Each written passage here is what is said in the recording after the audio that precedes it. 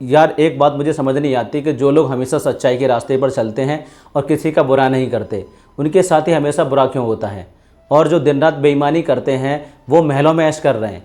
क्या भगवान का सिस्टम खराब हो गया है? भाई रिलैक्स, जिसे तू अन्याय या सिस्टम की खराबी कह रहा है वो असल में कर्म और प्रारब्ध का बहुत गहरा विज्ञान है। हाँ देखा है, पर इसका उससे क्या लेना देना। तूने कभी सुनार को देखा है कि वो कैसे सोने को भट्टी में तपाता है? सुनार सोने को आग में इसलिए तपाता है और हथौड़े से पीटता है ताकि उसकी सारी खोट यानी कि अशुद्धियाँ निकल जाए और वो 24 कैरेट का कुंदन बन सके। भगवान भी अपने अच्छे और प्रिय लोगों को दुख की भट्टी में इसलिए तपाते हैं ताकि उनके पिछले जन्मों के संचित कर्मों का हिसाब चुकता हो सके। दुख कोई सजा नहीं है मेरे भाई, यह आत्मा का प्योरिफिकेशन प्रोसेस है। अच्छा, तो फिर जो लोग बेईमानी करके भी मज़े मार रहे हैं उनका क्या? वो कौन सा प्योरिफिकेशन कर रहे हैं? वो लोग असल में अपने पिछले जन्मों के अच्छे कर्मों यानी कि पुण्यों की फिक्स डिपॉजिट एफडी तोड़कर खा रहे हैं। जिस दिन वो बैलेंस खत्म हो जाएगा उनका पता निश्चित है। इसे ऐसे समझ, मान ले कि एक किसान आज खेत में बड़ी मेहनत से बेहतरीन क्वालिटी का गेहूं बो रहा है या उसके वर्तमान के अच्छे कर्म हैं, पर जब फसल काटती है तो उसे कांटेदार बबूल मिलते हैं, तो अब क्या कहेगा?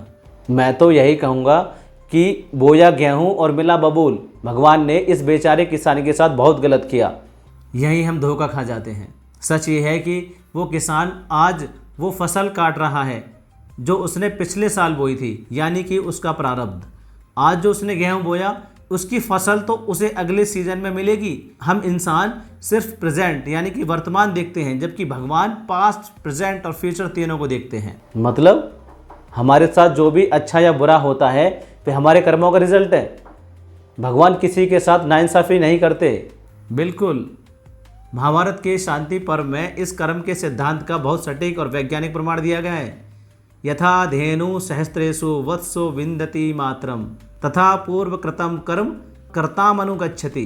इसका मतलब है जैसे हजारों गाय की भीड़ में भी एक बछड़ा अपनी माँ को ढूंढ लेता है, ठीक वैसे ही पिछले जन्मों का किया हुआ कर्म अपने कर्ता यानी कि करने वाले को ढूंढ ही लेता है।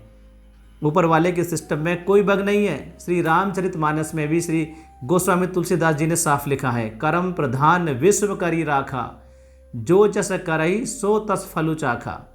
जो मनुष्य जैसा अच्छा या बुरा कर्म करता है वैसा ही उसका फल चखता है और भोगता है।